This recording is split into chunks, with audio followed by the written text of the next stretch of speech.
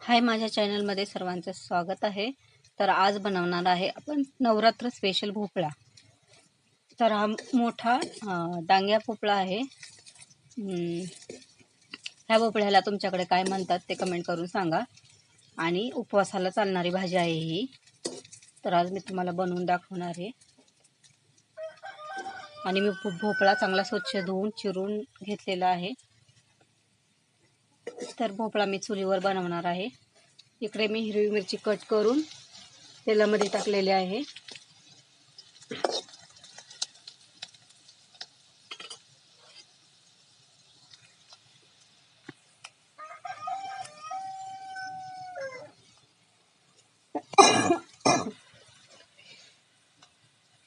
मिरचीचा थोडासा कलर बदलून द्यायचा आहे आपल्याला,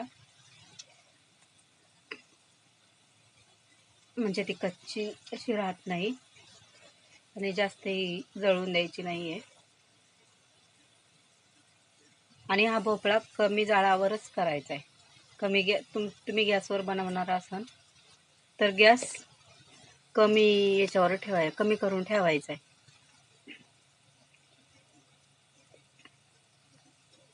आता मिरची परतल्याच्या नंतर याच्यात भोपळा टाकून घेणार आहे मी.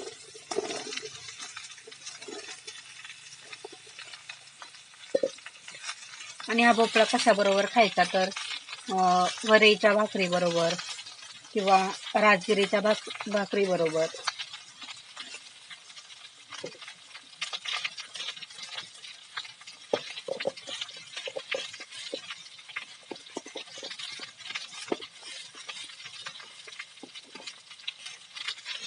हा मिक्स करून घेते मी. त्याच्यात मीठ टाकायचं आहे आपल्याला चवीपुरतं आणि मिक्स करून घेते. आता तुम्हाला नुसती वरईची भाकर नसेल आवडत किंवा नुसता राजगिरीची भाकर नसेल आवडत तर थोडीशी साबुदाणे, थोडीशी वरई आणि त्यात थोडेसे राजगिरे असं मिक्स पीठ भेटतं दुकानामध्ये किंवा घरी बनवलं तरी चांगलं. तर मिक्स पिठाची चपाती चपाती पण करता येते लाटून आणि भाकरी पण बनवता येते. तर तुम्हाला जसे आवडेल तसे तुमच्या पद्धतीने बनवू शकता. आणि भोपळा त्याच्यातमध्ये पाणी नाही टाकायचं, फक्त तेलामध्ये शिजवून घ्यायचं आहे आपल्याला. याला जास्त वेळ नाही लागत शिजायला.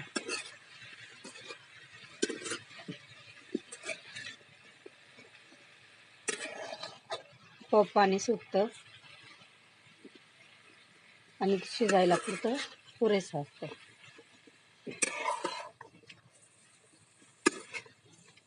आता याच्यात मिरची तुम्ही वाटून पण टाकू शकता, मी कट करून टाकलेली आहे.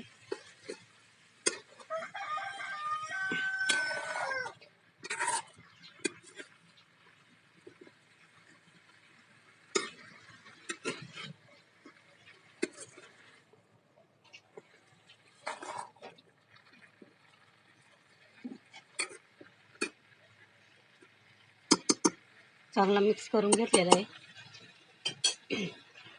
आणि यामध्येच आता मी शेंगदाण्याचा वरून कूट टाकून घेणार आहे. आणि शेंगदाण्याचा कूट मिक्स नाही करायचा आहे, कारण मिक्स जर केला तर आपली भाजी भोपळा लागू शकतो खाली शेंगदाण्यामुळे.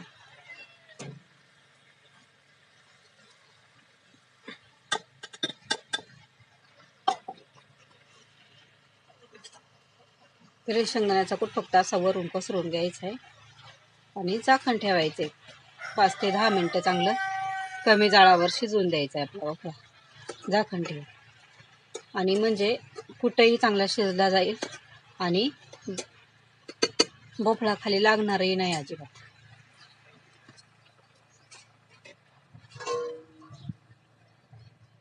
अशा पद्धतीने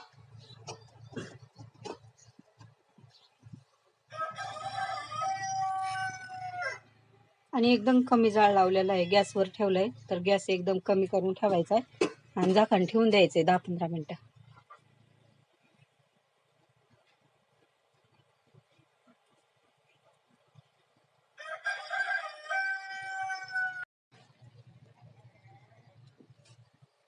तर पाहूया, इथे 10 ते 15 मिनटं होऊन गेलेली आहे आणि आपला भोपळा शिजलाय की नाही ते पाहूया.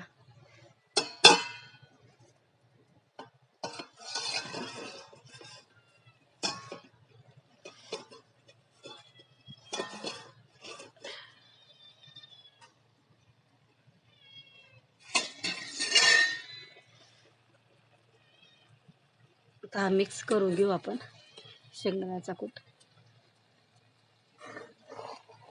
हलक्या हाताने मिक्स करायचा आहे, कारण भोपळा जर जास्त हलवला ना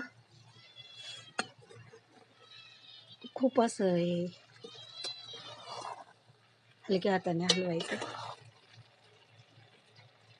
पाहू शकता पाणी जास्त सुटलेलं नाही आहे आणि कलर तर खूप छान आलेला आहे, मस्त सुवास सुटलेला आहे. आणि कशी वाटली ही नवरात्र स्पेशल रेसिपी भोपळ्याची कमेंट करून नक्की सांगा. आणि वरई राजगिऱ्याच्या पिठाच्या भाकरी किंवा चपातीस बरोबर खाऊ शकता. वरई म्हणजे भगर.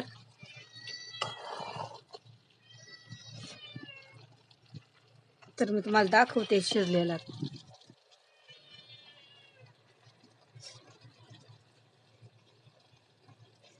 मस्त शिजलेला आहे, एकदम मऊसूद.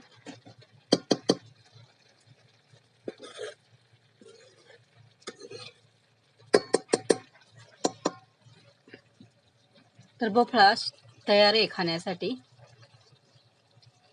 आणि अशाच चमचमीत आणि झणझणीत रेसिपी सोबत पुन्हा भेटूया.